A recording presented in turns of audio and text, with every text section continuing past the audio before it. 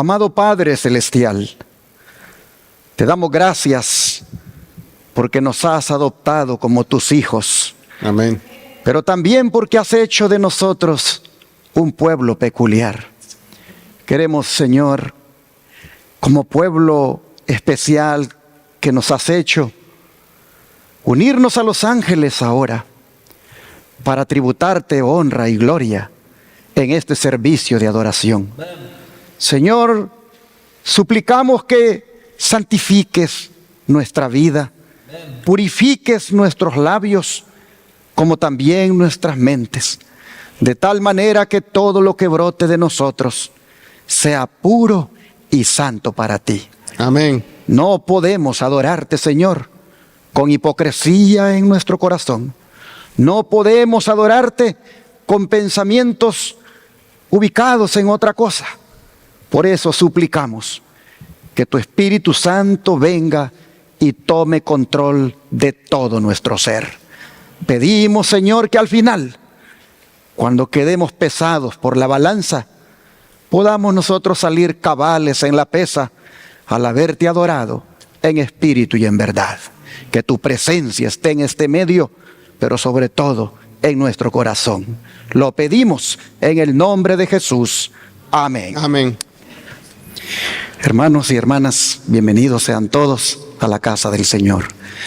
En este momento este lugar es puerta de Dios y casa del cielo. Aquí está la presencia del Señor. Y la presencia del Señor en este lugar lo hace santo. Por lo tanto, tengamos el pensamiento de que santo, santo, santo es Jehová de los ejércitos en este lugar. Y por lo tanto la actitud, la reverencia hacia Él es la que debemos mostrar durante todo este servicio. También, hermanos, quisiera este día pedirles que si pueden orar, por favor, por nuestros pacientes que tenemos en Shepherd y que mañana es su último día de estar ahí y luego han de irse a sus hogares. Quisiera pedirles oración porque, como yo digo, cada paciente es un desafío y cada paciente, su condición amerita un trato especial. Y a veces, si no se está preparado para ello, puede hasta frustrarse uno. Y hemos visto en este grupo de pacientes algunos que están en una condición que necesitamos seguir orando por ellos para que el Señor los ayude.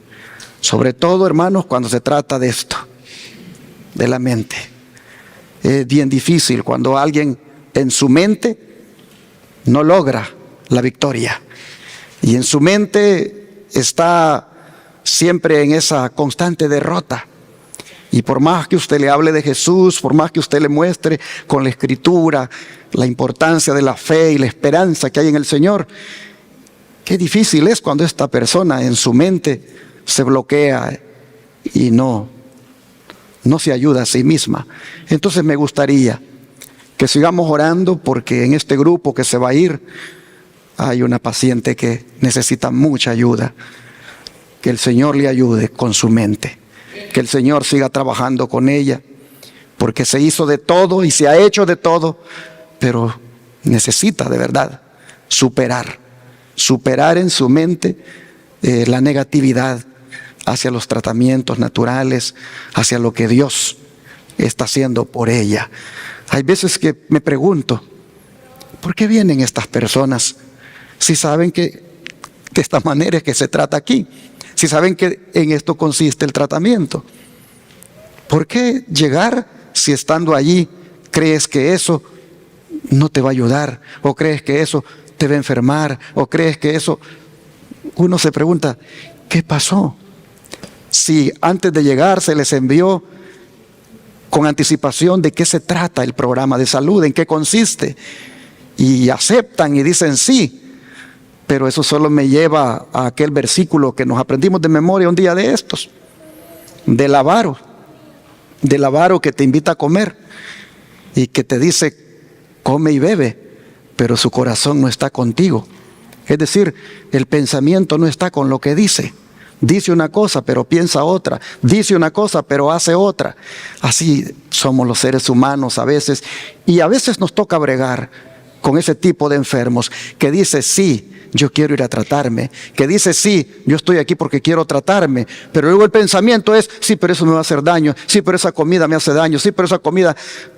Es bien difícil. Entonces necesitamos orar por este tipo de personas para que entiendan de que con esos remedios naturales y con esa comida es como Dios los va a restaurar.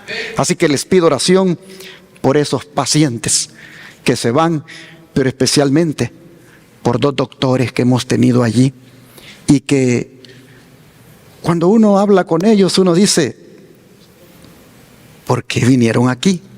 Si son doctores, ellos están preparados de acuerdo a la ciencia, ellos la medicina con la cual ellos inclusive han atendido a sus pacientes es desde el punto de vista científico. ¿Y por qué están aquí? Pero es interesante cuando uno habla con ellos y la respuesta que dan es, estamos aquí porque aquí está el médico de médicos. Estamos aquí porque aquí el Señor nos va a atender con sus mejores remedios. Wow, yo cuando dicen eso yo digo, gloria al Señor, gloria al Señor. Y estos 2 médicos que hemos tenido allá en Shepherd como pacientes, ellos van a regresar donde sus médicos para que los vuelvan a hacer para que le vuelvan a hacer un chequeo. Y ellos van con la esperanza de que esos médicos, cuando les hagan otra vez el chequeo, se lleven la sorpresa de que el gran médico los ha sanado. Entonces, hermanos, yo estoy orando para que efectivamente esos médicos le puedan decir a los otros médicos, cuando los médicos los vuelvan a checar y diga, ¿qué ha pasado contigo? Yo estoy orando para que estos médicos le digan, el médico de médicos me ha curado con sus remedios naturales. Porque ellos han recibido el diagnóstico. E inmediatamente que recibieron el diagnóstico, le dijeron, ahora tú sabes lo que vamos a hacer. Y ellos dijeron, espérame, todavía no. Y ellos han puesto, como dicen en Hall, al médico, mientras ellos han venido a ponerse en las manos del gran médico. Entonces, hay que seguir orando, hermanos, para que ellos puedan ver que vale la pena confiar en Dios. Hay que seguir orando para que cuando ellos lleguen allá donde sus médicos que los van a atender, puedan ellos mismos y sus médicos darse cuenta que solo Jesús puede sanar y que hay poder en Jesús para sanar. Y que por muy difícil que sea una enfermedad, Cristo tiene el poder para sanarla. Oh, yo solo me recuerdo de aquel día cuando Jesús dijo, miren, si tienen fe aunque sea como un granito de mostaza, ustedes le pueden decir a este monte que se mueva de aquí para allá y se movería. ¿Qué quiso decir el Señor con eso? Nosotros no vimos después de eso a los discípulos orando porque los montes se anduvieran moviendo de lugar en lugar. Nunca vimos eso. Ni tampoco vimos a Jesús que aunque dijera eso, anduviera diciéndole a los montes que se movieran de lugar en lugar. ¿Qué es lo que quiso decir el Señor? Lo que quiso decir es que así como los montes, que son inamovibles, que no se pueden remover, cuando hay fe, el poder de Dios sí puede remover. Y un cáncer, una diabetes, una presión alta, una diverticulitis, una enfermedad del nombre que sea inamovible para el hombre, que sea como un monte que no se puede remover. Cuando hay fe en el Señor sí la puede remover. A eso Cristo se refería. Por lo tanto, si el médico te ha dicho, mira, esto no tiene cura, cualquiera que te haya dicho, mira, esta enfermedad no se puede curar, no se puede remover. Oh, Cristo dijo, al que tiene fe, todo le es posible. Hermanos y hermanas, eso le transmitimos a los enfermos en Shepherd. Eso todas las mañanas tratamos de que lo entiendan. Y por eso cuando testifican, cuando testifican el día viernes de agradecimiento, o mejor dicho, en las primeras horas del sábado, en ese servicio que se hace, ellos ya cuando están dando las gracias, ya han entendido que en el Señor Jesús, allí está su única esperanza. Por lo tanto, yo les quiero pedir que se mantengan orando en los próximos días por estos doctores, por todos los pacientes, para que lo que tal vez no haya ocurrido de una manera completa en Shepherd, ocurra en sus hogares, ocurra en su experiencia ya particular, cuando ya ellos continúen haciéndose los tratamientos. Que ocurra lo que ocurrió con aquel que yo he contado siempre. Aquel que andaba con un andador ahí en Shepherd, caminando. Y un día le dijo al hermano Ángelo Barri, yo me voy a ir, le dijo. Porque el hermano Ángelo Barri era el asesor de él, era el consejero en estilo de vida para él. Yo me voy a ir, le dijo, porque aquí yo no estoy sintiendo nada. Y era la primera semana de tratamiento. Y él entonces todavía andaba con el andador, con dificultad, iba al baño. Y dijo, me voy a ir porque aquí estoy perdiendo mi tiempo y más se los estoy haciendo perder a ustedes. Para estar con este dolor aquí, mejor estoy en mi casa. Pero el hermano Ángelo le dijo, no te vayas, no te vayas. Dios está haciendo la obra contigo. Espera en el Señor, espera. Eso ocurrió un viernes. Pero me recuerdo el domingo estábamos con el hermano Ángelo grabando la lección y lo vamos viendo que va hacia el baño caminando sin el andador, pero va apoyándose en la pared. Y nos quedamos mirando y le dijimos, ¿caminando? Sí, dice, adelante. Y me recuerdo cuando ese hombre, conforme fue avanzando la semana, se fue olvidando de ese andador y ya no lo volvió a ocupar. Y cuando llegó el viernes, allí dio gracias a Dios por el poder de Dios obrando en él y porque el hermano Ángelo le había dicho que no se fuera. Pero hermanos, aunque él estaba sintiendo ya el poder de Dios, todavía no era total. Sin embargo, el hombre se fue a su casa, ya sin el andador, ya contento porque podía caminar mejor, pero sabía que hacía falta algo. Y se fue a su casa a continuar haciéndose los tratamientos. Pero qué sorpresa para mí cuando yo estaba en el culto el día sábado allá en Houston. Él no es adventista, pero ese día él había llegado al culto. Y cuando yo estaba despidiendo a la gente, ese hombre, un hombre joven, feliz, me dice, mire pastor, me dice, mire, tiraba los pies, pegaba en el suelo, mire, nada me duele, volví al trabajo, pastor, camino, hoy soy feliz, el Señor me sanó. Lo sanó después completamente cuando él continuó con los tratamientos.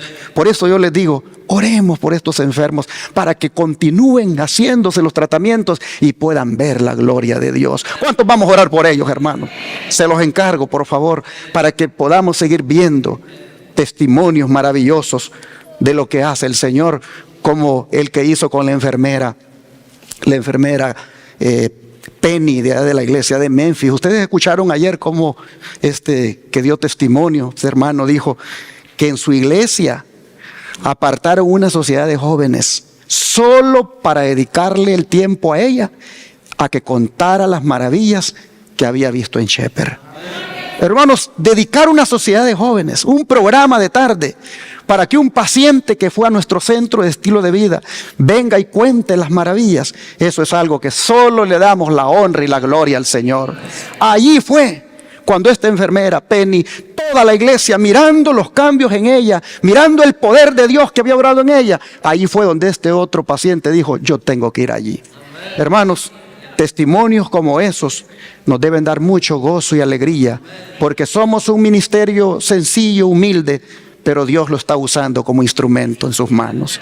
Así que les pido siempre que oremos por los pacientes. También este día vamos a orar por las peticiones, pero vamos a orar de una manera general por todas.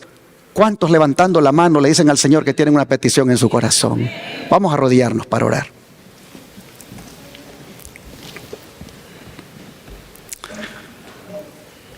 Padre Santo y Soberano Dios, le agradecemos por todas sus bendiciones, porque nos ha dado de comer, porque nos ha dado vestido, porque nos ha dado techo, porque nos ha dado trabajo, porque nos ha cuidado en todo tiempo. Y también debimos haber puesto esto primero. También le damos gracias por haber perdonado todos nuestros pecados. Gracias también le damos por ser nuestro único intercesor en el cielo. Gracias por ser nuestra única esperanza. Gracias por ser el único socorro que tenemos y el pronto auxilio en las tribulaciones. Gracias, Padre, porque con usted estamos más que seguros y con usted lo tenemos todo. Por eso venimos y con confianza ponemos en sus santas manos todas nuestras peticiones. Ponemos, Señor, a todos los que han escrito aquí en el WhatsApp de este teléfono del ministerio. Señor, todos estos hermanos que han escrito, que han puesto nombres, que han, Señor, presentado peticiones, les suplico que todos ellos puedan ser escuchados, todos ellos puedan ser atendidos, todos ellos usted incline su oído y reciba, Señor, su petición. Asimismo le rogamos por los que han escrito en los canales de YouTube, por los que han levantado la mano allí en su casa, por los que han levantado la mano aquí en este templo, por todos los que con esa mano levantada le han dicho, Señor, cuánto lo necesitan, cuánto anhelan que usted venga a sus vidas, cuánto anhelan que usted, como el médico de médicos, toque sus cuerpos y los restaure, cuánto anhelan que usted, como médico de médicos, diga la palabra y ellos sean sanados. Oh Señor, le rogamos que todos aquellos que sufren de alguna dolencia este día, todos aquellos que experimentan alguna soledad, todos aquellos que están preocupados, que están angustiados, afligidos, que están tristes, todos, oh Señor, puedan hallar gracia delante de sus ojos y todos puedan experimentar un cambio en su condición, que el gozo del Espíritu Santo les sea dado, que la paz usted se las conceda y así todos, oh Señor, esperen de usted lo que están esperando, como es una respuesta favorable, si así es su voluntad. Gracias, Señor, le damos por dejarnos presentar a todos sus hijos con sus peticiones.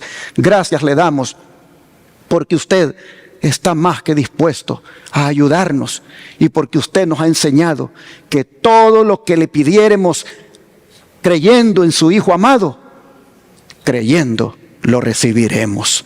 Entonces, Señor, confiamos en que recibiremos lo que pedimos, porque se lo pedimos en el nombre de Jesús. Amén.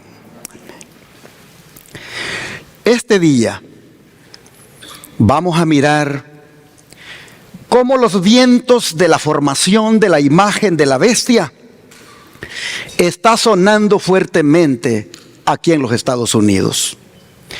Y lo vamos a ver a partir de la relación que están teniendo las iglesias evangélicas con los candidatos a presidente que están en la contienda electoral. Hay una gran expectativa a nivel mundial entre cristianos y no cristianos por el evento que ocurrirá el próximo martes 5 de noviembre de este año 2024, aquí en Estados Unidos, como es la elección presidencial. Este es el evento de mayor envergadura que capta la atención de estadistas, gobernantes, empresarios y líderes religiosos en todo el mundo. Y hablando de estos últimos, para nadie es un secreto la influencia que tiene la religión en las elecciones para presidente en esta nación, como también en el Senado y en el Congreso, donde ya hay hasta presencia musulmana. Y no digamos en la Corte Suprema de Justicia, donde la mayoría de magistrados son católicos. Pero si hay una época donde el factor religioso es más protagonista, es en la campaña presidencial. Pues los evangélicos y católicos endosan su apoyo al candidato que mejor representa su agenda.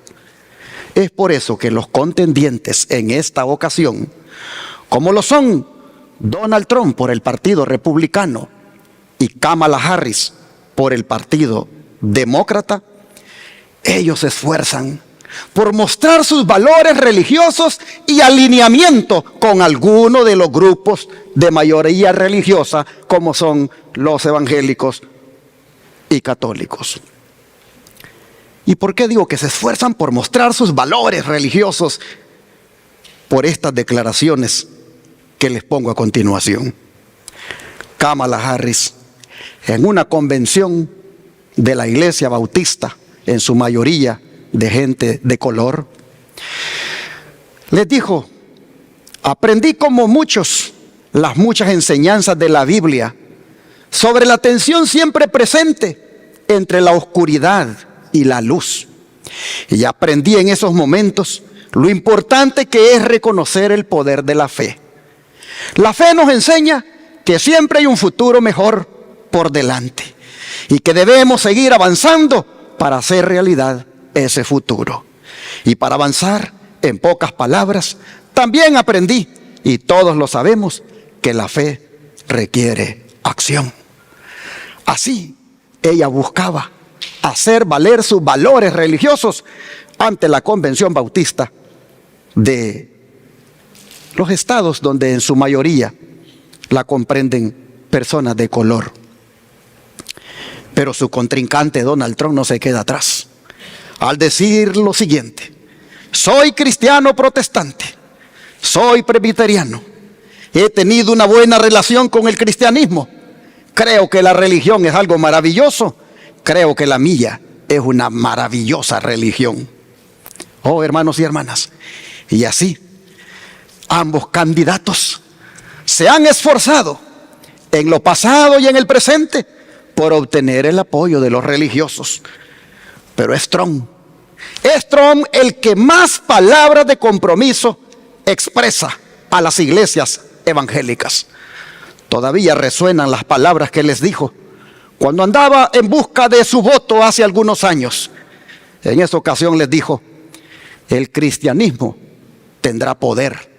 Si llego ahí, ustedes van a tener mucho poder. No necesitarán a nadie más. Y efectivamente, llegó a donde quería llegar gracias al voto evangélico. Entonces, ¿tuvo el cristianismo mucho poder? Desde el punto de vista de las iglesias evangélicas, sí, pues tuvieron a su representante en la Casa Blanca. Y esta vez están empeñados en que vuelva a ser presidente. Es más, el 49% de los pastores evangélicos respalda y ora por la candidatura presidencial de Donald Trump, y hasta se han registrado en el Partido Republicano. Oh, hermanos y hermanas, en una encuesta que recién se hizo a más de 1,000 pastores, se encontró un apoyo total hacia Donald Trump. Desde el 2020, las iglesias evangélicas de este país están muy activas en hacer que la iglesia influya sobre el Estado para impulsar una agenda. Así lo ha dicho el líder de la coalición de más de 40,000 iglesias latinas, como lo es el reverendo Samuel Rodríguez. Mire lo que él dice: el movimiento latino evangélico no está casado con Donald Trump. Tampoco estaba casado con Obama. Estamos casados con ¿qué cosa?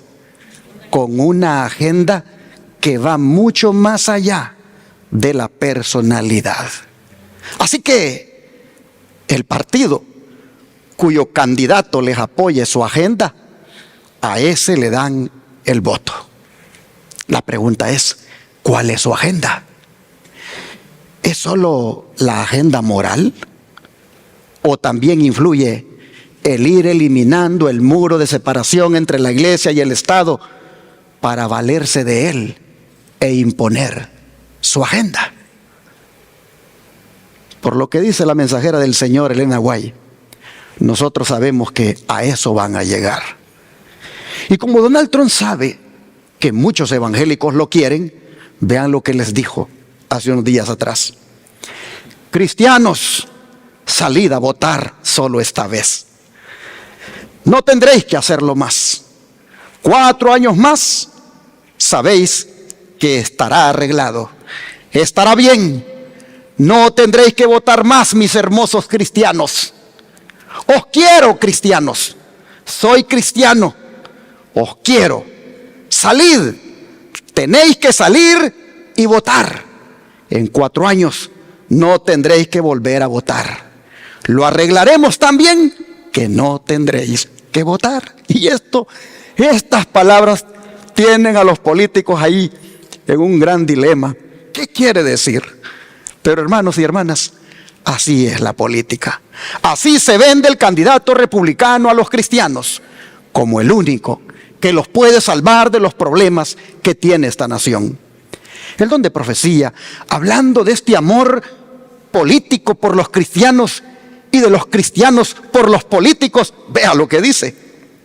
Ay, dice, hasta qué grado es amistad del mundo, que es enemistad contra Dios. Es fomentada actualmente entre los que profesan ser discípulos de Cristo. ¿Cuánto no se han alejado las iglesias nacionales de toda la cristiandad del modelo bíblico de humildad, abnegación, sencillez y piedad? Está de moda en el mundo hacer profesión de religión. Gobernantes, políticos, abogados, médicos y comerciantes se unen a la iglesia para asegurarse el respeto y la confianza de la sociedad y así promover sus intereses mundanos. Tratan de cubrir todos sus procederes injustos con el manto de la religiosidad. Las diversas comunidades religiosas, robustecidas con las riquezas y con la influencia de esos mundanos bautizados, pujan a cual más por mayor popularidad y patrocinio. Así el conflicto de los siglos, en la página 383, nos enseña, nos dice que esa amistad que las iglesias tienen con el mundo no es otra cosa que una enemistad contra Dios. Hermanos y hermanas, lo que las iglesias hacen al unirse con los políticos para promover sus intereses es una enemistad contra Dios, de acuerdo a la luz revelada por el don de profecía. Pero saben que así como hay millones que creen en Trump, también hay millones que creen en Kamala Harris como la única solución para los problemas de esta nación. Millones y millones ven en ambos candidatos a la persona indicada que nos puede salvar a todos de los problemas sociales, morales, políticos y económicos. Pero a decir verdad, hermanos, como dice el título de nuestra presentación, ningún gobierno nos podrá salvar. ¿Solo quién, hermanos? Solo Cristo Jesús. Y Cristo Jesús no es ni republicano ni demócrata. Cristo Jesús es el Rey de Reyes y Señor de Señores. Él no es ni republicano ni demócrata. Él es el gobernante celestial. Oh, hermanos y hermanas, y esto de que solo Él nos puede salvar de los problemas morales, económicos y de toda índole aquí en esta tierra, esto está bien sustentado en aquellas palabras que el apóstol Pedro le dijo al gobierno judío. Vamos a leerlas en Hechos 4, verso 8. Hechos 4, verso 8.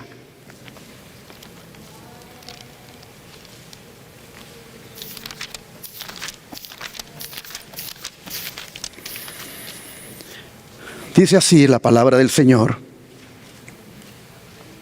Entonces Pedro, lleno del Espíritu Santo, les dijo: gobernantes del pueblo y ancianos de Israel. Vamos a parar ahí y nos vamos a ir hasta el 11 y 12. ¿Qué es lo que les dijo entre varias cosas? Este Jesús es la piedra reprobada por vosotros los edificadores, la cual ha venido a ser cabeza del ángulo. Y en ningún otro hay salvación, porque no hay otro nombre bajo el cielo dado a los hombres en que podamos ser salvos. ¿Cuántos dicen amén? Oh, hermanos y hermanas, ¿a quién se lo está diciendo Pedro? A los gobernantes del pueblo, al gobierno de la nación judía, a los gobernantes y a los ancianos les está diciendo: hay una piedra que ustedes como malos constructores la han desechado. Hay una piedra que ustedes como malos arquitectos no la tomaron en cuenta. Hay una piedra que ustedes la han rechazado y esta se ha convertido en la piedra principal, en la piedra del ángulo. Y esa piedra es la única que puede salvar este edificio. Esa piedra es la única que puede detener esta edificación. Esta nación, está diciendo Pedro, solo puede ser sostenida. Esta edificación, esta nación que hemos construido, esta nación que hemos edificado, solo puede ser sostenida con la única piedra del ángulo, la cual es Jesucristo. Y esa piedra es la única que puede salvar. Oh, hermanos y hermanas, ningún gobierno nos podrá salvar, solo Cristo Jesús. Lo que esta nación necesita es que Cristo la salve. Lo que esta nación americana necesita es sanidad espiritual. Lo que esta nación americana necesita es que Cristo la gobierne. Pero no desde la perspectiva evangélica, sino desde la perspectiva de Él, donde la base de su gobierno es su santa ley. Oh, hermanos y hermanas, mire Isaías, ¿por qué confirma lo que Pedro acaba de decir? Que solo en Cristo hay salvación. Isaías 9, versículos 6 y 7. Isaías capítulo 9, versículos 6 y 7. Dice así: porque un niño nos es nacido, hijo nos es dado, y el principado sobre su hombro, y llamará su nombre admirable, consejero, Dios fuerte, Padre eterno, príncipe de paz. Lo dilatado de su imperio y la paz no tendrán límite sobre el trono de David y sobre su reino, disponiéndolo y confirmándolo en juicio y en justicia desde ahora y para siempre. El celo de Jehová de los ejércitos hará esto. Así se decía anticipadamente de Cristo que vendría a este mundo para nacer, pero con todos esos títulos, con todos esos nombres como admirable, consejero, Dios fuerte, Padre eterno, príncipe de paz. Pero alguien dice que vendría a tener un imperio dilatado. Oh, hermanos y hermanas, el único que puede gobernar para siempre es Cristo. Y Cristo es el gobierno que puede salvar. Así entonces, esta mañana queda sustentado el hecho de que ningún gobierno nos podrá salvar de los problemas morales, de todo lo que los evangélicos andan buscando. Ningún gobierno nos podrá salvar. ¿Y por qué decimos que ningún gobierno nos podrá salvar? Porque, como dice la segunda parte de este título, hay fraude en ambos lados. Pastor, tenga cuidado con lo que está diciendo. Hay fraude en ambos lados. Bueno, es que no lo digo yo, lo dice el don profético, se los pongo aquí. Existe un peligro decidido para todos los que se unan a los partidos políticos del mundo. ¿Por qué hay peligro, hermanos? Porque hay fraude en ambos lados. Dios no ha puesto sobre ninguno de nuestro pueblo la carga de vincularse con ninguna de las partes. A todos les esperan sorpresas. No sabemos qué crisis política vendrá después. Pero en lo que respecta a los agitadores políticos, la palabra del Señor para nosotros es: no vayáis en pos de ellos. Así está escrito en el boletín de la Conferencia General del 17 de febrero del año 1987, párrafo 7. Existe un peligro decidido para todos los que se unan a los partidos políticos, no de los Estados Unidos solamente, del mundo. ¿Por qué? Porque hay fraude en ambos lados. ¿Por qué el don de profecía dice que hay fraude en ambos lados? Porque no es cierto, hermanos, que al final de un periodo gubernamental en cualquier parte del mundo, no es cierto de que la gran mayoría de los votantes quedan defraudados. De manera que hay fraude moral. Hay fraude moral en ambos lados. La moral de muchos votantes al final de los periodos que el hombre gobierna siempre queda defraudada. Fraude moral. ¿Y por qué hay fraude moral, hermanos? Porque ningún gobierno se quiere sujetar a la obediencia de la ley de Dios. Y mientras un gobierno no se sujete a la obediencia de la ley de Dios, siempre va a defraudar, siempre va a manifestar al final de su periodo fraude moral. Y miren ustedes, mientras uno se une con los evangélicos para eliminar lo que ellos quieren, como es el muro de separación de la iglesia y el Estado, mientras uno se une con la derecha cristiana de este país, que eso es lo que quiere, eliminar el muro de separación entre la iglesia y el Estado, mientras uno se une con ellos, el otro o la otra se une con la Agenda 2030 y el cambio climático, lo cual va a desencadenar en la imposición de la ley dominical, pues así el Papa Francisco quiere en esa agenda.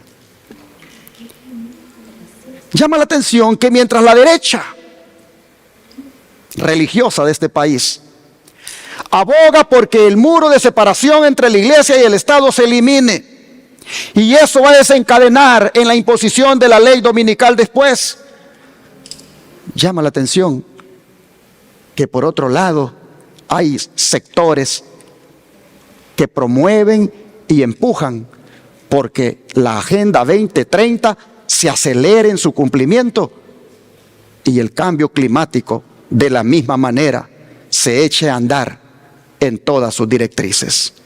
Pero ambas cosas desencadenarán en la imposición de la ley dominical, y eso, hermanos, por lo tanto, será ir en contra de la ley de Dios. Entonces, surge la pregunta: ¿debería la iglesia remanente de Dios del tiempo del fin unirse a las iglesias evangélicas y hacer campaña en favor de alguno de los candidatos, invitando a los hermanos a votar, aún a sabiendas que cualquiera que gane puede ejercer control sobre nosotros, privándonos de la libertad religiosa? ¿Debería la iglesia remanente unirse a las iglesias evangélicas para promover algún candidato político o inclusive animar a las personas a que voten por cualquiera de ellos? ¿Debería la iglesia remanente de Dios hacer eso? Claro que no, hermanos.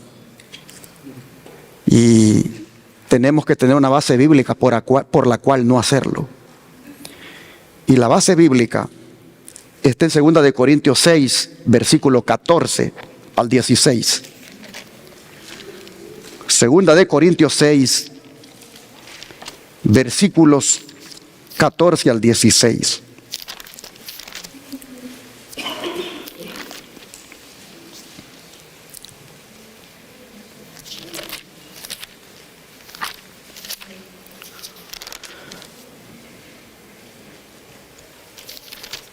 Dice así: no os unáis en yugo desigual con los incrédulos. Porque ¿qué compañerismo tiene la justicia con la injusticia? ¿Y qué comunión la luz con las tinieblas? ¿Y qué concordia Cristo con Belial? ¿O qué parte el creyente con el incrédulo? ¿Y qué acuerdo hay entre el templo de Dios y los ídolos? Porque vosotros sois el templo del Dios viviente. Como Dios dijo: habitaré y andaré entre ellos, y seré su Dios, y ellos serán mi pueblo. Hermanos,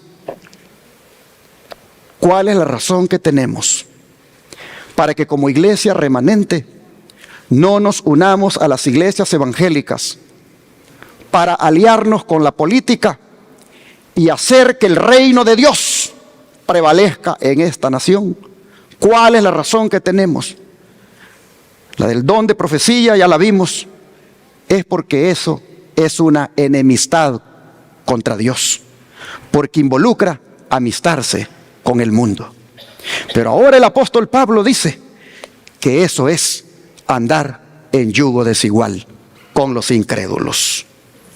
Llama la atención que a veces este texto se ocupa para la relación de un creyente con un inconverso, que no se debe dar porque no es compatible.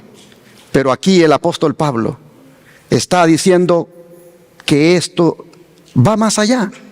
Dice: no os unáis en yugo desigual con los incrédulos. ¿Qué compañerismo tiene la justicia con la injusticia?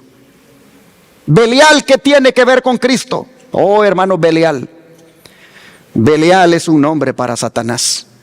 Y Belial está muy activo en estos días de campaña política.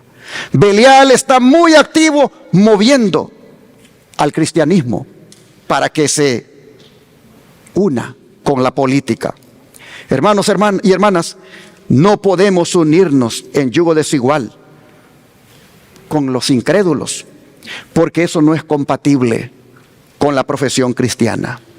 Y como dije, casi siempre usamos estos textos para aplicarlo a las relaciones matrimoniales, pero no se reduce solamente a eso, sino a toda asociación con aquellos que son diferentes en ideales, conducta y creencias. Por supuesto que en un contexto evangelístico sí debemos asociarnos con ellos, pero para ganarlos para Cristo y no para que ellos nos ganen a nosotros. Pero para participar en prácticas de la política, el texto bíblico nos prohíbe unirnos con los incrédulos, porque es incompatible para nuestra fe. Tanto que Pablo utiliza la palabra aquí, yugo desigual. Y cuando Pablo dijo yugo desigual, ¿qué habrá tenido en mente el apóstol? Sin duda aquellas palabras que se encuentran en Deuteronomio capítulo 22, verso 10. Deuteronomio capítulo 22, verso 10.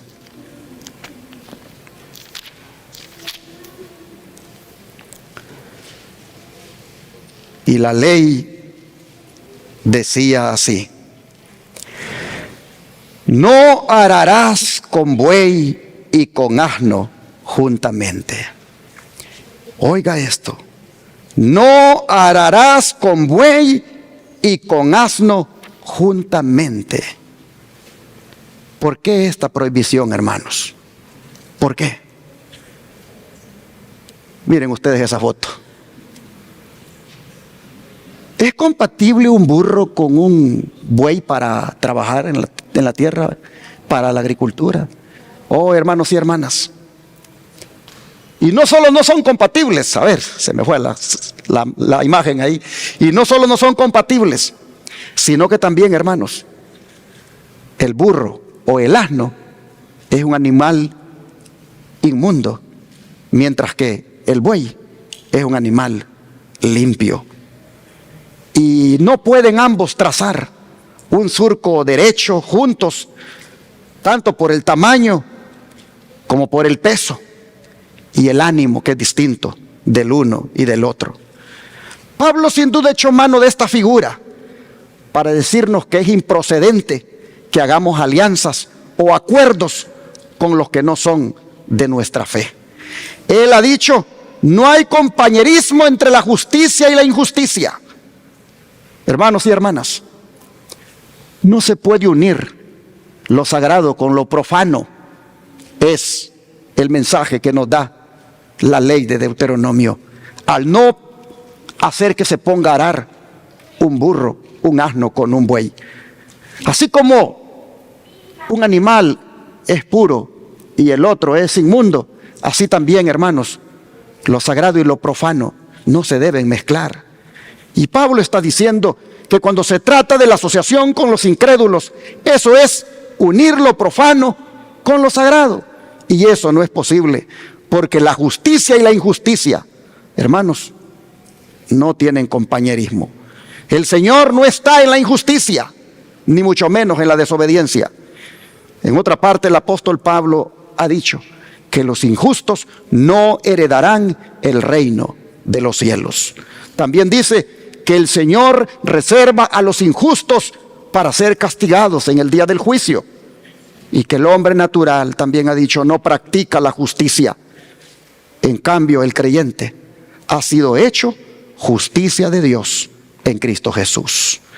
Por lo tanto, hermanos, no podemos entrar en ningún yugo con los injustos, ni con nada que haga o tolere la injusticia, pues no hay compañerismo entre los dos. No tienen el mismo propósito. Además, el profeta Amós dijo: andarán dos juntos si no están de acuerdo.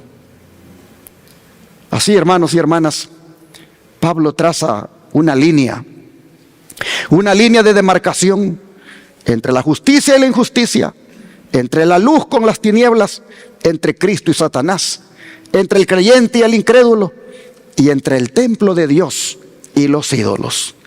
Y siendo que nosotros somos ese templo de Dios, esa morada del verdadero Dios, no podemos entonces cometer sacrilegio uniéndonos con el mundo en su idolatría y en sus prácticas. Hermanos y hermanas, la sierva del Señor, Elena White, el pasaje que hemos leído de Pablo, donde no nos unamos en yugo desigual con los incrédulos, ella lo aplica a esa unión que hacen las iglesias con la política. Se los pongo aquí. ¿Qué hemos de hacer, pues? Pregunta. Dejar a un lado las cuestiones políticas, contesta. Pues el texto dice: no os juntéis en yugo con los infieles. Porque qué compañía tiene la justicia con la injusticia, y qué comunión la luz con las tinieblas. Y qué concordia Cristo con Belial, o qué parte el fiel con el infiel. ¿Qué pueden tener, dice, en común estas partes? No puede haber entre ellas compañerismo ni comunión. Y la palabra comunión significa participación, sociedad. Dios desemplea las figuras más fuertes para mostrar que no debe haber unión. Y se lo subrayé. No debe haber unión entre los partidos mundanos y los que buscan la justicia de Cristo. ¿Qué comunión puede haber entre la luz y las tinieblas, la verdad y la injusticia? Ninguna, contesta. La luz representa la justicia, las tinieblas representan la injusticia. Los cristianos han salido de las tinieblas a la luz. Amén, hermanos. Se han revestido de Cristo y llevan el distintivo de la verdad y la obediencia, y son gobernados por los elevados santos principios que Cristo expresó en su vida. Noten ustedes entonces cómo el texto de no os unáis en yugo desigual con los incrédulos, el don de profecía dice: esto tiene que ver con que no nos andemos aliando con partidos mundanos, ni andemos participando en cuestiones políticas, porque eso es prácticamente mezclar la luz con las tinieblas. Hermanos, los cristianos, dice, hemos salido a la luz. Y esto de que hemos salido a la luz, el libro de Efesios lo respalda de una manera hermosa. Efesios capítulo 5, versículo 8, nos dice lo siguiente. Efesios 5, 8, dice así: porque en otro tiempo erais tinieblas, mas ahora sois luz en el Señor. Andad como hijos de luz. Y ahora vean el 11.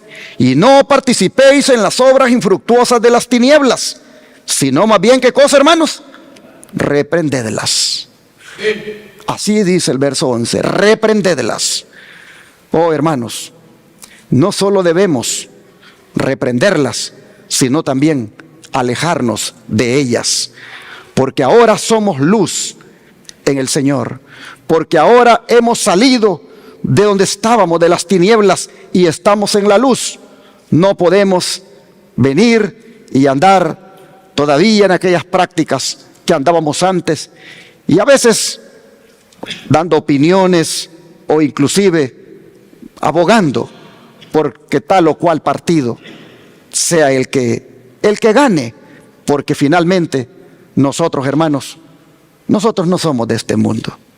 Estamos en este mundo, pero Cristo dijo, ustedes no son de aquí. Ustedes aquí, dijo, ¿qué cosas son? Peregrinos. La ciudadanía de ustedes, dijo, ¿dónde está? En los cielos. Así, hermanos, el apóstol Pablo, la Escritura nos hace ver que porque hemos salido de las tinieblas y ahora estamos en la luz, no deberíamos andar, por lo tanto, más en esas tinieblas. Y el don de profecía aplica esto al campo político. Vean ustedes lo que dice. El Señor quiere que su pueblo entierre las cuestiones políticas. Acerca de estos temas, el silencio es elocuencia. Dios pide a sus seguidores que se unan en los puros principios del Evangelio que están claramente revelados en la palabra de Dios. No podemos votar sin peligro por los partidos políticos, porque no sabemos para quiénes votamos. No podemos sin riesgo tomar parte en plan político alguno. No podemos trabajar para agradar a hombres que emplearán su influencia para reprimir la libertad religiosa y pondrán por obra medidas opresivas para inducir u obligar a sus semejantes a guardar el domingo como día de reposo. El primer día de la semana no es un día que se haya de reverenciar, es un falso día de reposo, y los miembros de la familia del Señor no pueden estar de parte de los hombres que exalten ese día y que violan la ley de Dios hollando su sábado. Los hijos de Dios no deben votar en favor de tales hombres, porque al hacerlo se hacen participantes con ellos de los pecados que cometen en el ejercicio de sus funciones. Una hermanita esta semana se acercó y me dijo, pastor, ya fui a votar y mire por quién voté. Bueno, hermanita, le digo, ya hizo uso de su derecho, de su libertad. No pude decirle más porque yo prefiero en un sermón decírselo a todos. Y aquí el don de profecía claramente dice, voy para atrás para volver a leerlo. No podemos votar sin peligro por los partidos políticos porque no sabemos para quiénes votamos. Kamala es Kamala, una mujer respetable, una mujer honorable y buena persona, todos los atributos buenos que pueda tener una mujer. Donald Trump, un hombre también respetable, con sus cosas buenas y todos los atributos que un buen hombre puede tener. Pero detrás de ellos hay un montón de personas que están buscando imponer una agenda para el mundo, una agenda para esta nación. Por eso el don de profecía dice, no podemos votar sin peligro por los partidos políticos porque no sabemos para quiénes votamos. Oh, hermanos, no podemos sin riesgo tomar parte en plan político alguno. No podemos trabajar para agradar a hombres que emplearán su influencia para reprimir la libertad religiosa y pondrán por obra medidas opresivas para inducir u obligar a sus semejantes a guardar el domingo como día de reposo. Por cualquiera que tú votes, si Dios lo permite, serán los instrumentos de que eso se haga realidad. De usar su influencia para reprimir la libertad religiosa y poner por obra medidas opresivas que inducirán a obligar a sus semejantes a guardar el domingo como día de reposo. Si Dios así lo permite, si Dios así lo quiere, y con cualquiera de estos se dé, hermano, hermana, por el que tú votes, pues tú votaste entonces para que eso tomara lugar. Y quiero aclararle aquí a la audiencia, no somos antipatriotas, ni somos personas que estamos en contra del gobierno.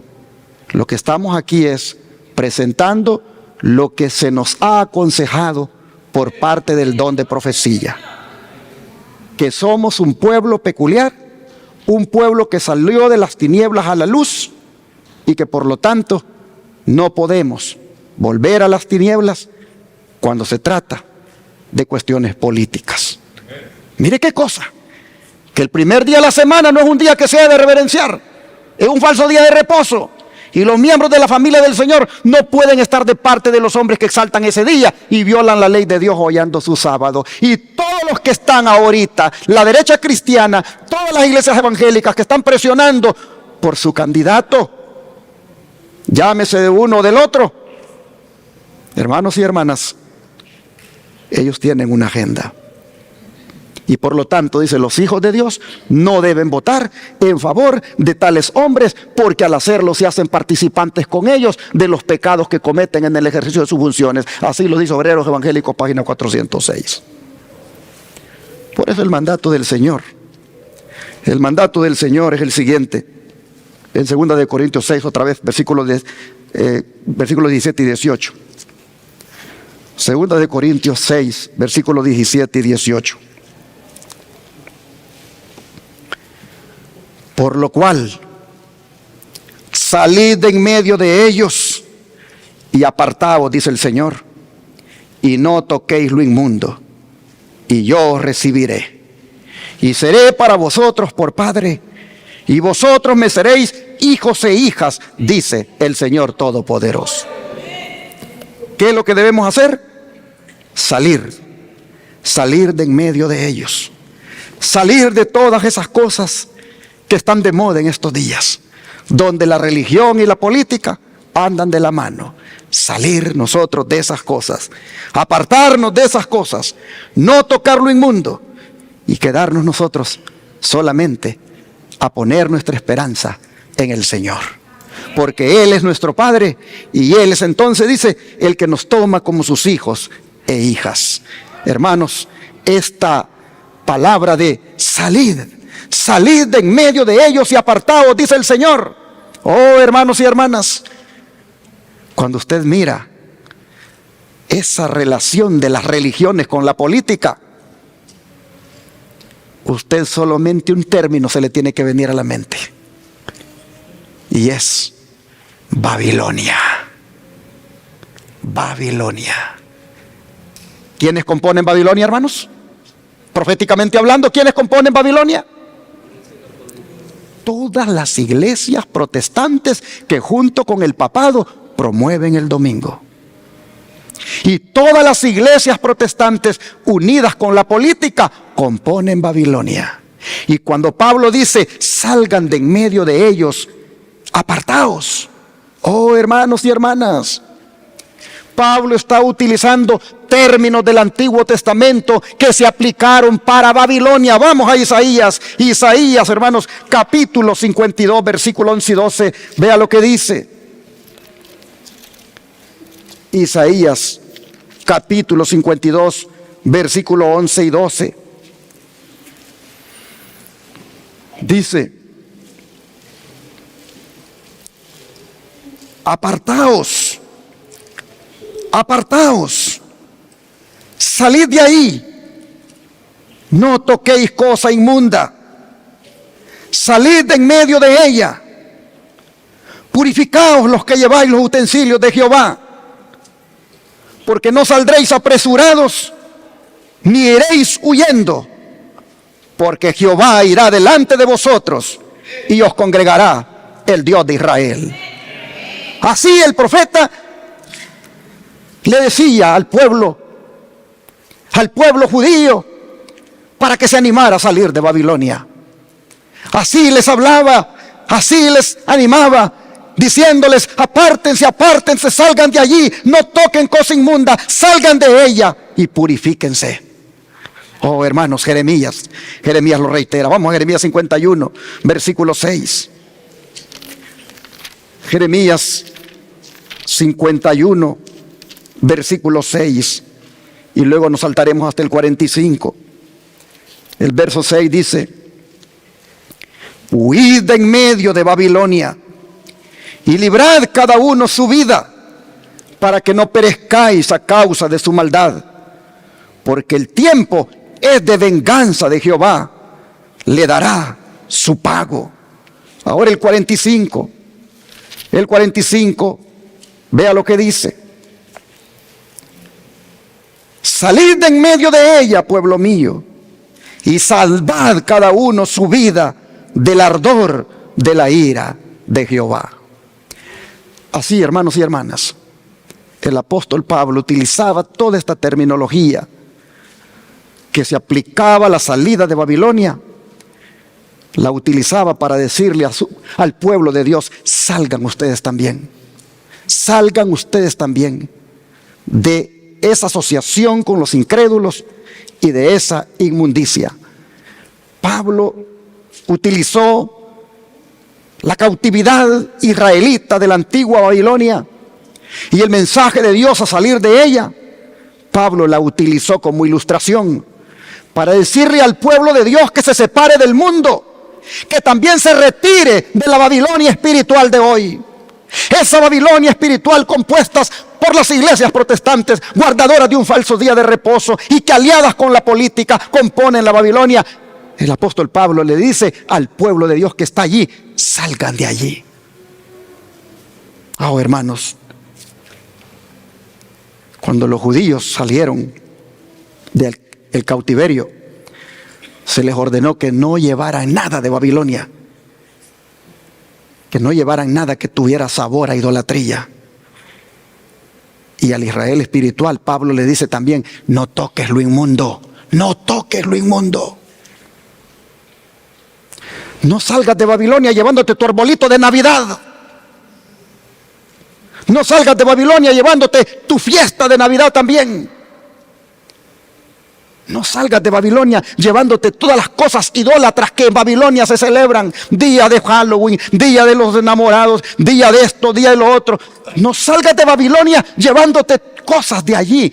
No toques lo inmundo, sal de allí. Y dice Dios: y yo te voy a recibir por hijo y por hija, porque yo voy a ser tu padre. Hay una recompensa para los que salgan de Babilonia sin llevarse nada de allí. Si usted salió de Babilonia, deje de andar haciendo campaña política por cualquiera de los candidatos. Si usted salió de Babilonia, salga de allí sin traerse nada de allí, porque usted ahora representa los intereses del reino de los cielos. Oh, hermanos y hermanas, el don de profecía, mire lo que dice: invito a mis hermanos designados para la obra de educar a que cambien de conducta. Es que habían algunos maestros que andaban haciendo política. Es un error, les dijo, de vuestra parte unir vuestros intereses con algún partido político para echar vuestro voto en su favor. Tanto los que ocupan el puesto de educadores como los ministros, como colaboradores de Dios en cualquier ramo, no tienen batallas que reñir en el mundo político. Su ciudadanía está ¿en dónde, hermanos? En los cielos. El Señor les pide que sean un pueblo separado y peculiar, Dios no nos invita a ensanchar nuestra influencia mezclándonos con la sociedad, uniéndonos con los hombres en las cuestiones políticas. Ya quisiera que el Israel moderno de hoy leyera esto, porque el Israel moderno de hoy le ha dado de andar aliado con la política. ¡Qué barbaridad! Y por andar aliado con esa política, ahí andan apoyando todas esas agendas climáticas, toda esa agenda 2030, y andan apoyando inclusive medidas que van en contra de la libertad religiosa, como lo que apoyaron en la enfermedad pasada, como ellos se pusieron de parte de la política para que todos los miembros se pusieran el pinchazo, y que aquellos que no se lo habían puesto ni siquiera se presentaran en las iglesias para adorar. Se aliaron tanto con la política que ni siquiera una carta de exención religiosa le quisieron dar a sus feligreses para que les protegieran de echarlos del trabajo, a cambio de eso que presionaban para que se pusieran. Oh, hermanos, qué lamentable es que el Israel moderno ande así ahora con la política. Uno se mete a sus páginas web y mira lo que aprueban, lo que apoyan. Ellos apoyan el aborto. Ellos apoyan las plataformas de cualquiera de los dos candidatos. Si tan solo leyeran el don de profecía, les daría vergüenza lo que están haciendo. Porque esa es una clara apostasía. Eso es prácticamente estar en yugo con los incrédulos. Esta cita de Obreros Evangélicos, página 408, dice, le voy para atrás, Dios no nos invita a ensanchar nuestra influencia mezclándonos con la sociedad, uniéndonos con los hombres en las cuestiones políticas. Dios no quiere que su pueblo ande en eso.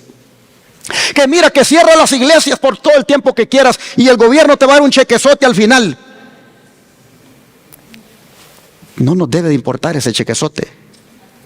Y sigamos adorando a nuestro Dios. Aquí nosotros solo cerramos, yo no sé si fue 4 sábados, creo que fueron nada más, porque el gobernador a los 4 sábados, él dijo, ya pueden abrir. Pero qué tremendo. Mientras al 4º sábado aquí este pueblo adoraba, muchísimas iglesias del Israel moderno cerradas, porque estaban en la alianza política. Oh, hermanos y hermanas, tremendo lo que acabamos de leer. Que en asuntos de política el Señor nos pide que seamos un pueblo separado y peculiar. Es decir, distinto y especial, tal como lo dijo el apóstol Pedro. ¿Qué dijo el apóstol Pedro? Vamos a ir a Primera de Pedro capítulo 2, versículo 9. Primera de Pedro capítulo 2, versículo 9.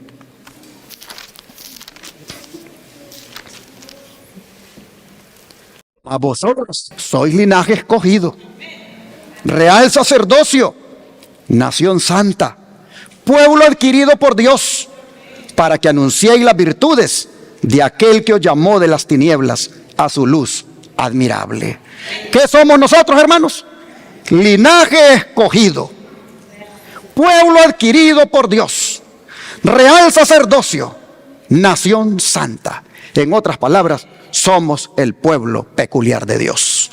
Y como pueblo peculiar, como pueblo especial, debemos de ser distintos cuando se trata de estas alianzas político-religiosas. Pero en el contexto de ser un pueblo separado, miren lo que sigue siendo revelado por el don profético. Puede formularse la pregunta, ¿no hemos de tener ninguna unión con el mundo? La palabra del Señor ha de ser nuestra guía. Cualquier conexión con los infieles e incrédulos que nos identificase con ellos está prohibida por la palabra. Hemos de salir de entre ellos y estar separados. En ningún caso hemos de unirnos con ellos en sus planes de trabajo. Pero, póngale atención a este pero no hemos de vivir una vida de reclusión. Debemos hacer a los mundanos todo el bien que esté a nuestro alcance. En otras palabras, está diciendo, tampoco sean aislacionistas. Tampoco se aíslen al punto de que no tengan contacto con los incrédulos para hablarles del mensaje de salvación. No sean tampoco ermitaños al punto de que tampoco salen para tener contacto con los incrédulos. Háganle a los mundanos todo el bien que esté a su alcance.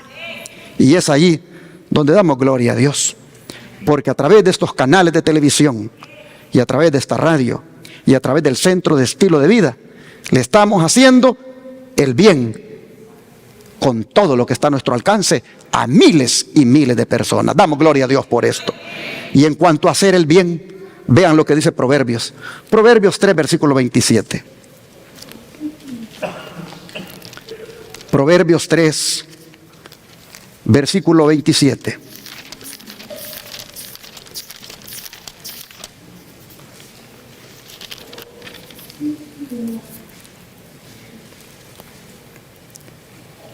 No te niegues a hacer el bien a quien es debido cuando tuvieres poder para hacerlo. Oiga esto. No te niegues a hacer el bien a quien es debido cuando tuvieres poder para hacerlo.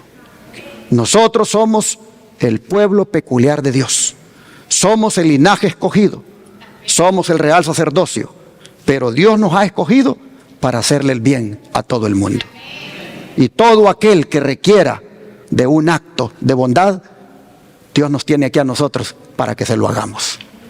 Oh, hermanos y hermanas, hacer el bien es hacer lo que Jesús hacía. Por eso Jesús nos dice en Marcos 16, versículo 15, lo siguiente. Marcos 16, versículo 15.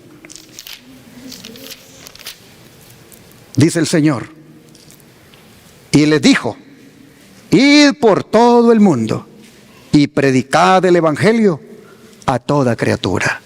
Pregunto, hermanos, ¿predicar el evangelio es hacerle el bien a todo el mundo? Sí. Por eso es que en esta iglesia todos los recursos se van al pago de la predicación del evangelio por los 4 canales de televisión y la radio, porque a través de esos medios de comunicación en miles de hogares le estamos haciendo el bien a todo el mundo. Les estamos enseñando que hay un pueblo que debe estar preparado para la venida del Señor. Les estamos enseñando todo lo que tiene que ver con el mensaje de los 3 ángeles y la reforma por salud. Y con el Centro de Estilo de Vida les tratamos con los remedios de Jesús. Así buscamos, hermanos, hacer el bien. Así que hay trabajo para todos. Hay trabajo para todos. Pues vea lo que dice Mateo 20, 1 al 7. Mateo 20, 1 al 7.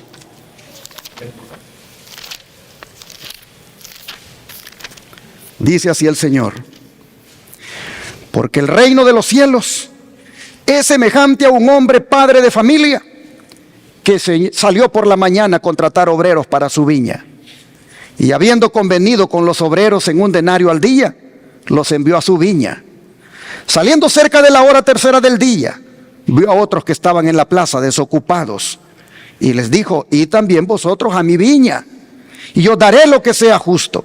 Y ellos fueron. Salió otra vez cerca de la hora sexta y novena e hizo lo mismo. Y saliendo cerca de la hora 11, halló a otros que estaban desocupados, y les dijo: ¿por qué estáis aquí todo el día desocupados? Le dijeron: porque nadie nos ha contratado. Él le dijo: id también vosotros a la viña y recibiréis lo que sea justo.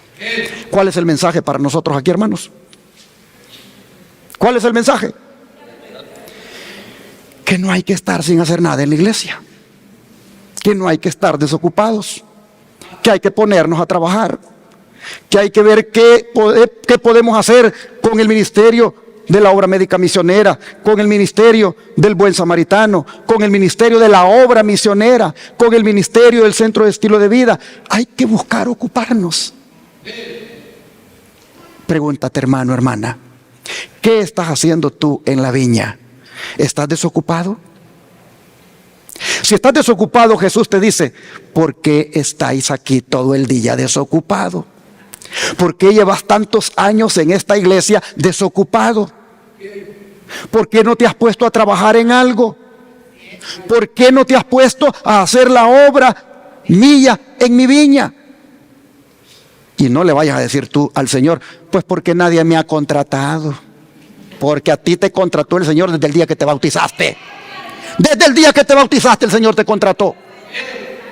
El don de profecía dice que todos los que nacen en el reino de Dios nacen, dice, como misioneros. Así que desde el día en que nacimos de nuevo en las aguas del bautismo, desde ese día nacimos como misioneros. Y por lo tanto no venga a decir usted, es que nadie me ha contratado. Debemos ponernos, hermanos, a servir a la gente. Debemos ponernos a hacer todo el bien que podamos. Dice el don de profecía, hay una gran viña que cultivar. Pero mientras los creyentes trabajen entre los incrédulos, no han de parecer también mundanos. No han de pasar su tiempo hablando de política ni desempeñando parte en ella. Porque al hacerlo, darían al enemigo oportunidad de penetrar y causar divergencia y discordancia. O sea, hay una obra que hacer, y en estos días de campaña política, lo que menos deberíamos de hacer es caer en la trampa de ponernos con la persona a quien le vamos a hablar de Jesús, a que nos lleve por ahí, por el asunto de la política, en favor o en contra de tal o cual candidato. No parezcamos, dice, mundanos cuando estemos haciendo la obra, hablando nosotros de política. Sigue diciendo el Señor Jesús. Y mire esta cita, cuando la leí yo dije, ay Señor, el Señor Jesús está decepcionado de su pueblo. ¿Cómo está el Señor Jesús de su pueblo? Decepcionado. ¿Y por qué está decepcionado? Dice, Él es el capitán, deben presentarse bajo su estandarte.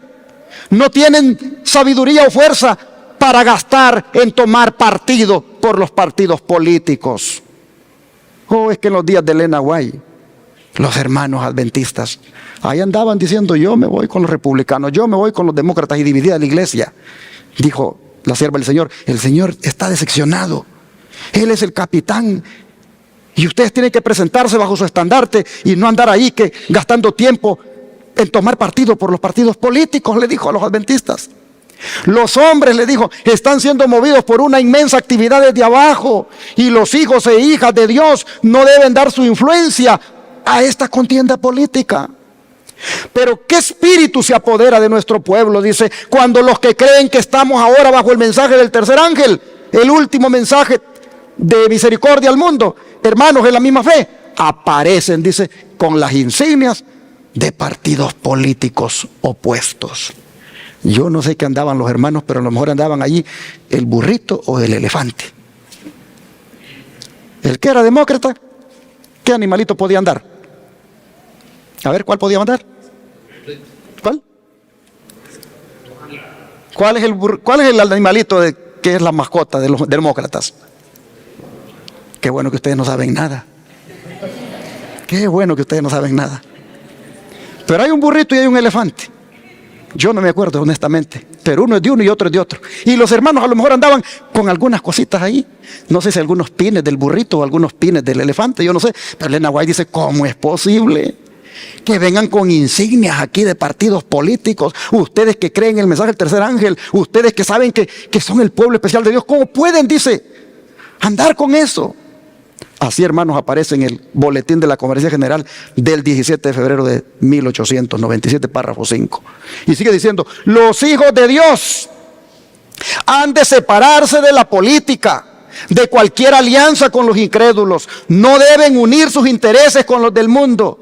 Dad pruebas de vuestra fidelidad a mí, dice, revelándoos como mi heredad escogida, como pueblo celoso de buenas obras. No toméis parte en las luchas políticas, separaos del mundo.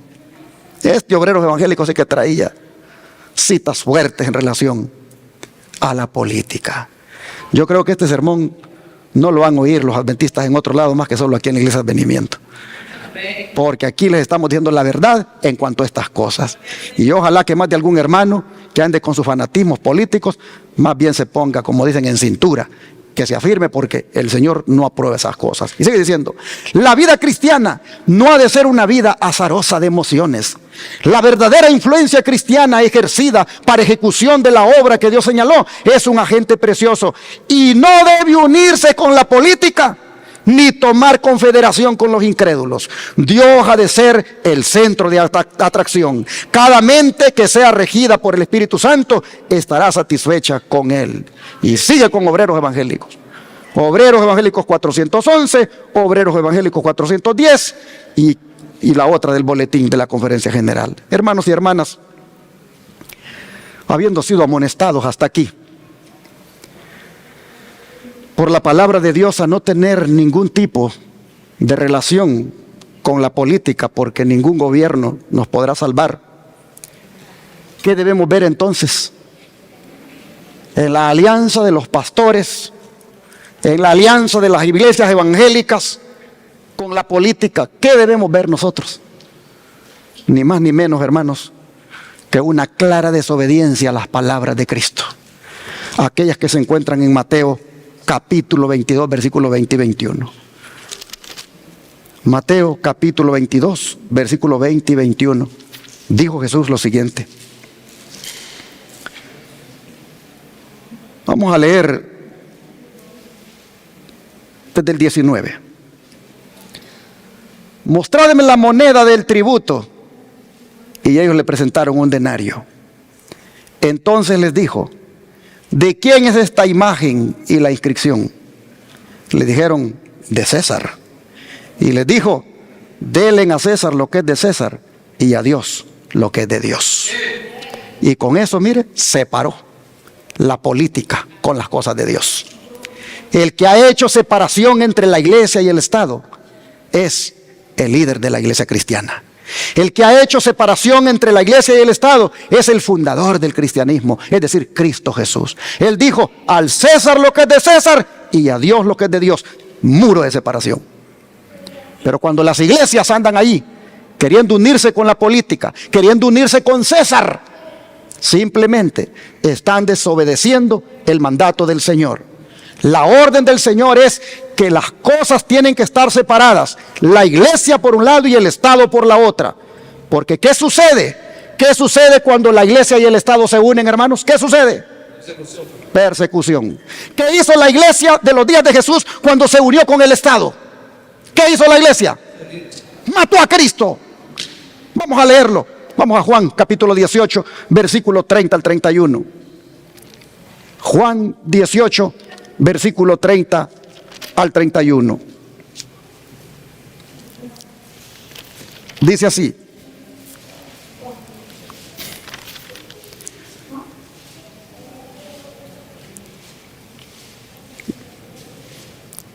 Respondieron y le dijeron, si este no fuera malhechor, no te lo habríamos entregado. Entonces les dijo Pilato, tomadle vosotros y juzgadle según vuestra ley. Y los judíos le dijeron, a nosotros no nos está permitido dar muerte a nadie. ¿Qué querían hacer, hermanos? Matar a Jesús. Pero como no les estaba permitido a ellos matarlo, ¿qué hicieron entonces? Unirse con la política, unirse con el gobierno. Tú sí puedes matar. Tú sí puedes matar, Pilato. Nosotros no nos está permitido. Además, nosotros somos los sacerdotes. Somos los líderes religiosos de la nación. No podemos matar. Hasta tenemos un mandamiento en la ley de Dios que dice no matarás. Pero tú sí lo puedes matar. Tú sí lo puedes matar, Pilato. Oh, hermanos, cuando la iglesia se unió con el Estado, cuando la iglesia judía se unió con el gobierno romano, mire lo que andaba buscando, darle muerte a Cristo. Eso es lo que hace la religión cuando se une con la política. Ahora mire el capítulo 19, versículos 6 al 7 de aquí mismo del Evangelio de Juan. Capítulo 19, versículo 6 al 7. Cuando le vieron los principales sacerdotes y los alguaciles. ¿Quiénes eran estos, hermanos? Los principales sacerdotes y los alguaciles. comenzaron a gritar. Y dieron voces diciendo: crucifícale, crucifícale. Pilato les dijo: tomadle vosotros y crucificadle, porque yo no hallo delito en él. Oh, hermanos, el Estado no encontraba delito en Jesús, pero mire lo que dijo la iglesia, versículo 7. Los judíos le respondieron: nosotros tenemos una ley, y según nuestra ley debe morir, porque se hizo a sí mismo hijo de Dios. Ahora vea el verso 12. Desde entonces, dice, procuraba Pilato soltarlo, pero los judíos daban voces diciendo: si a este sueltas, no eres amigo de César. Oh, hermanos, la iglesia sí era amiga de César, pero si el gobernador lo soltaba, mire de lo que lo acusarían ante el César. ¡Wow! A eso llega la iglesia cuando se une con la política, hermanos. A eso llega la iglesia cuando se une con el poder civil. Si lo sueltas, Pilato, si lo sueltas, no eres amigo de César. Y vamos a ir allá a Roma y le vamos a ir a decir lo que has hecho. Ay, hermanos, dice, desde entonces procuraba Pilato soltarlo, pero los judíos daban voces diciendo: si a este sueltas, no eres amigo de César, y todo el que se hace rey a César se opone. Oh, ¿por qué Pilato, hermanos, finalmente entonces decidió entregar a Jesús a la muerte? ¿Por qué? ¿Por qué permitió Pilato que el poder religioso lo utilizara para condenar a un hombre inocente como Cristo, hermanos? ¿Por qué? Porque le daba miedo perder su posición política. De manera que lo hizo por conveniencia política. Pero ¿quién lo orilló? ¿Quién lo acorraló? ¿Quién lo llevó hasta allí? La iglesia. La iglesia. Esto que hizo la iglesia en los días de Jesús, también lo hizo contra los cristianos de la Edad Media, hermanos.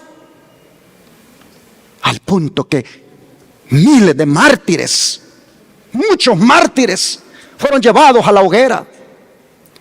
Cuando la iglesia se unió con el poder civil en aquella famosa Santa Inquisición, me dijo a mí uno defensor de eso: no fue la iglesia, fue la Inquisición. Y la Inquisición era un tribunal compuesto por las autoridades. Pero ¿quién llevaba la Inquisición a los pobres cristianos? La iglesia. Oh, hermanos y hermanas, la iglesia unida con el Estado en la Edad Media causó tantos mártires. ¿Y qué es lo que ha dicho la profecía con respecto a la iglesia en el final de los días? Que la iglesia apóstata otra vez se va a unir con el Estado y va a usar al Estado para hacer lo mismo que hizo con Jesús, y va a perseguir a los cristianos que guardan los mandamientos de Dios y tienen el testimonio de Jesucristo. Oh, hermanos, el argumento de Caifás, finalmente, ¿cuál fue? ¿Cuál fue el argumento del presidente de la iglesia? ¿Cuál fue el argumento del presidente de la conferencia de la iglesia que se unió con la política? Exactamente, mejor que agarren esos poquitos o que se muera uno, pero no que se arruine toda la nación. Hermanos, ¿se va a usar ese argumento aquí en los Estados Unidos? ¿Se va a usar ese argumento aquí en los Estados Unidos? Bueno, nosotros somos un pueblo que tenemos, por la gracia de Dios, el don de profecía. Y mire lo que dice el don de profecía, para que vea usted que el mismo argumento se va a usar aquí en los Estados Unidos. Una vez dice que el sábado llegue a ser el punto especial de controversia en toda la cristiandad, y las autoridades religiosas y civiles se unan para imponer la observancia del domingo, la negativa persistente por parte de una pequeña minoría de ceder a la exigencia popular la convertirá en objeto de execración universal. Se demandará con insistencia que no se tolere a los pocos que se oponen a una institución de la iglesia y a una ley del Estado. ¿De qué ley está hablando? De la ley dominical. Y mire el argumento que se va a usar. Pues vale más que esos pocos sufran y no que naciones enteras sean precipitadas a la confusión y anarquía. Este mismo argumento que fue presentado contra Cristo hace 1800 años por los príncipes del pueblo, cuando dijeron: nos conviene, dijo el astuto Caifás, que un hombre muera por el pueblo y no que toda la nación se pierda. Este argumento, dice, va a parecer concluyente y finalmente se va a expedir contra todos los que santifiquen el sábado un decreto que los declare merecedores de las penas más severas y autorice al pueblo para que pasado cierto tiempo los mate. El romanismo en el viejo mundo y el protestantismo apóstata de la América del Norte van a actuar de la misma manera contra los que honren todos los preceptos divinos. Conflicto inminente, página 88. Más advertidos no podemos estar, más luz no podemos haber recibido. Oh, hermanos y hermanas, la iglesia y el Estado va a perseguir al verdadero pueblo de Dios que va a estar guardando el sábado, y utilizará el mismo argumento que usaron contra Cristo, que es preferible que esos pocos fieles guardadores del sábado mueran y no que toda la nación se vea afectada. Y no falta mucho tiempo, hermanos, para que esto suceda con las alianzas que estamos viendo entre los evangélicos y la política. Estamos cerca, hermanos, estamos cerca de que la imagen de la bestia se forme. La imagen de la bestia de Apocalipsis 13, estamos cerca de que se forme. Y cada 4 años es cuando uno puede ver qué tan cerca estamos, hermanos. Dice el don de profecía que cuando la iglesia primitiva se corrompió al apartarse de la sencillez del evangelio y al aceptar costumbres y ritos paganos, perdió el espíritu y el poder de Dios, y para dominar las conciencias buscó el apoyo del poder civil. El resultado fue, ¿qué cosa? El papado, es decir, una iglesia que dominaba el poder del Estado y se servía de él para promover sus propios fines y especialmente para extirpar la herejía. Pues bueno, dice, para que los Estados Unidos formen una imagen de la bestia, el poder religioso debe dominar de tal manera al gobierno civil que la autoridad del Estado sea empleada también por la iglesia para cumplir sus fines.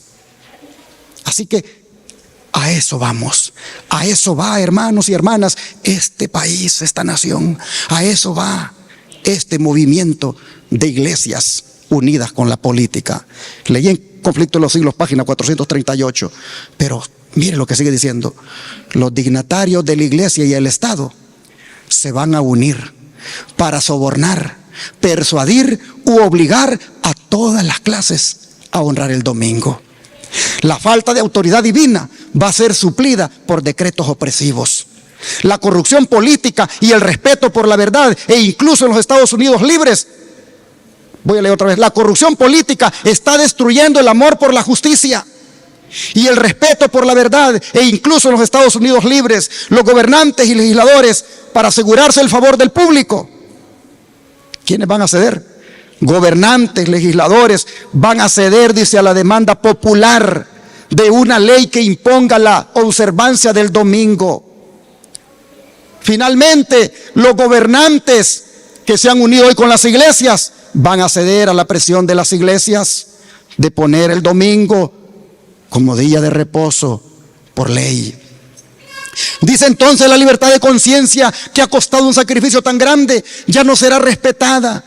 Y en el conflicto que se avecina pronto veremos ejemplificadas las palabras del profeta, aquellas que dicen, Apocalipsis 12:17, el dragón se enojó contra la mujer y fue a hacer guerra contra el resto de su descendencia, los cuales guardan los mandamientos de Dios y tienen el testimonio de Jesucristo.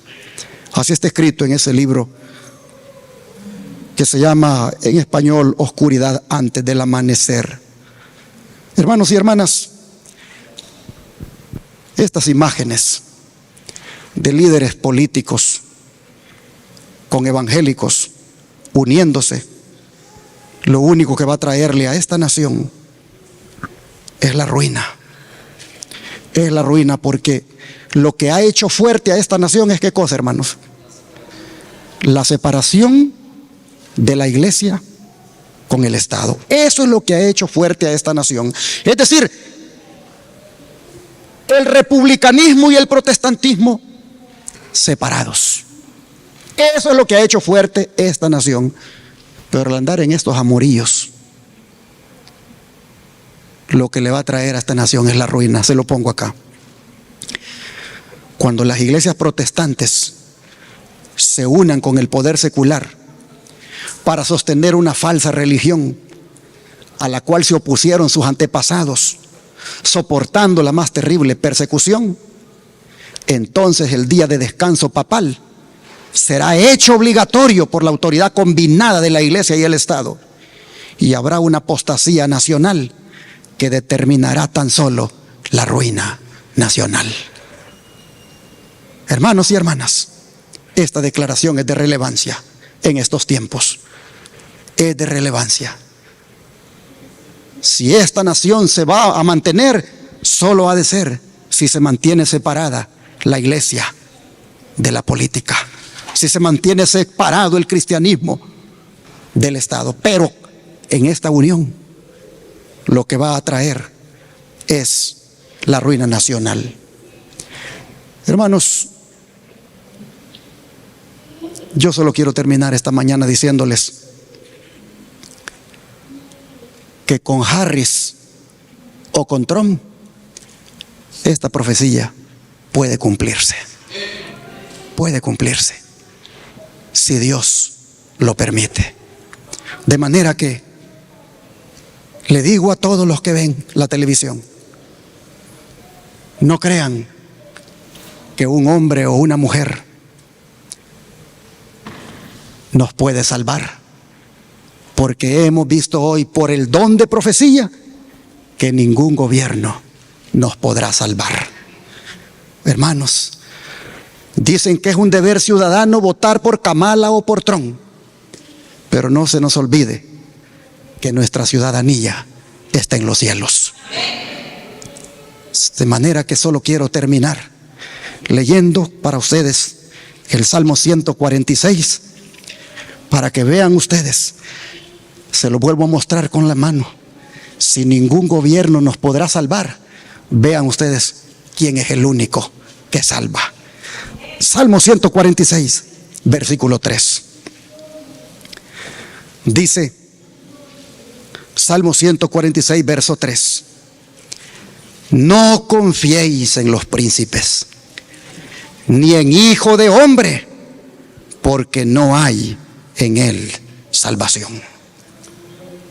No confiéis en quién, hermanos, en los príncipes. ¿Sabe que cuando la Biblia habla de los príncipes se refiere también a los gobernantes? ¿Quién de ustedes no se acuerda cuando Gabriel llegó donde Daniel y le dijo, y el príncipe de Persia? El príncipe de Persia se me opuso. ¿De quién estaba hablando? De Ciro, el rey de Persia. Oh, hermanos y hermanas, dice la Biblia, no confiéis en los príncipes, no confiéis en los reyes, no confiéis, hermanos y hermanas, en ningún gobierno, porque ningún gobierno nos podrá salvar. Mire lo que dice, no confiéis en los príncipes ni en hijo de hombre, porque no hay en él salvación. Entonces, ¿en quién debemos confiar? Versículo 5 al 10, dice así: bienaventurado aquel cuyo ayudador es el Dios de Jacob, cuya esperanza está en Jehová su Dios, el cual hizo los cielos y la tierra, el mar y todo lo que en ellos hay, que guarda verdad para siempre, que hace justicia a los agraviados y que da pan a los hambrientos. Jehová liberta a los cautivos, Jehová abre los ojos a los ciegos, Jehová levanta a los caídos, Jehová ama a los justos, Jehová guarda a los extranjeros, al huérfano y a la viuda sostiene, y el camino de los impíos trastorna. Reinará Jehová para siempre, tú, oh Dios, oh Sión, de generación en generación. Aleluya. Ningún gobierno nos podrá salvar. Solo Jehová nos puede salvar. Y Jehová salva a los que andan conforme a su santa ley. Oh, hermanos y hermanas, que seamos siguiendo el pueblo peculiar de Dios, confiando plenamente en nuestro Dios. Y que sigamos, hermanos, siendo fieles a los mandamientos de Dios.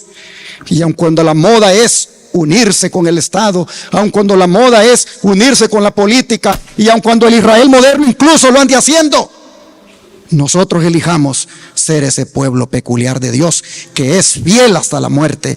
Hermanos y hermanas, así lo manda el Señor, y que así lo hagamos cada uno de nosotros. Les pregunto, ¿cuántos quisieran que el Señor les ayude a ser fieles hasta la muerte, hermanos?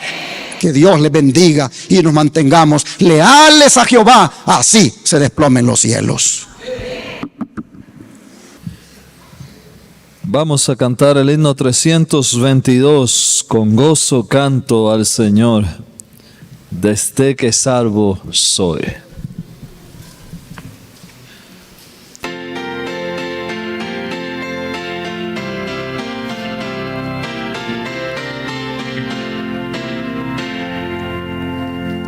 Con gozo canto al Señor, desde que salvo soy, pues es mi Rey, mi Salvador, desde que salvo soy, desde que salvo soy, desde que salvo soy, solo en él me gloriaré. Desde que salvo soy, en mi Redentor me gloriaré. Yo amo a Dios sin ansiedad, desde que salvo soy,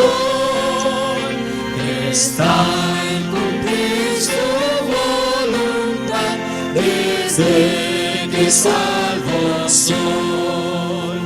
Desde que salvo soy, desde que salvo soy, solo en él me gloriaré. Desde que salvo soy, en mi Redentor me gloriaré. Un gozo tengo que silbar, desde que salvo soy. A Cristo alabo sin cesar, desde que salvo soy. Desde que salvo soy, desde que salvo soy, solo en él me gloriaré. Desde que salvo soy, en mi Redentor me gloriaré. Tengo lugar al cual iré, desde que salvo soy, y allí seguro viviré, desde que salvo soy. Dios, desde que salvo soy, desde que salvo soy, solo en él me gloriaré. Desde que salvo soy, en mi Redentor me gloriaré. ¿Cuántos dicen amén? Amén. Solo Jesús nos puede salvar. Él es nuestro Rey, Él es nuestro gobernante divino, y en Él confiaremos hasta el último día de nuestra existencia, porque solo Él puede salvar. Vamos a arrodillarnos para orar. Amante Padre, te damos gracias por hacernos ver en quién debemos poner nuestra esperanza. Te damos gracias por hacernos ver en qué clase de pueblo debemos ser. Te damos gracias, Señor, por hacernos ver a manera de advertencia el peligro que hay en unirse con la política, con el poder civil, con el Estado. Oh Señor, tú nos has mostrado lo que en estos días aquí en Estados Unidos se está moviendo, y cómo Belial está activo, moviendo sus tentáculos para que esto se vaya concretando. Pero tú has advertido a tu pueblo ahora, y tú nos has dicho lo que esperas de nosotros, que sigamos siendo ese pueblo peculiar, que no hace alianzas con el mundo, sino solamente contigo. Ayúdanos, Señor, a permanecer leales a ti. Ayúdanos, Padre, a entender que la política y la religión son cosas separadas. Ayúdanos a amarte a ti y a guardar tus mandamientos y a creer en ti como el único que nos puede salvar. Hay problemas económicos, sí, Señor. Hay problemas morales, sí. Pero el único que nos puede salvar de todo eso eres tú. Por lo tanto, a ti en esta hora te recibimos como el Salvador de nuestra vida. En ti ponemos nuestra esperanza y en ti, Señor, queremos confiar siempre. Ayúdanos a serte leal y a creer siempre en ti como nuestro único Salvador. Te lo pedimos en el nombre de Jesús. Amén.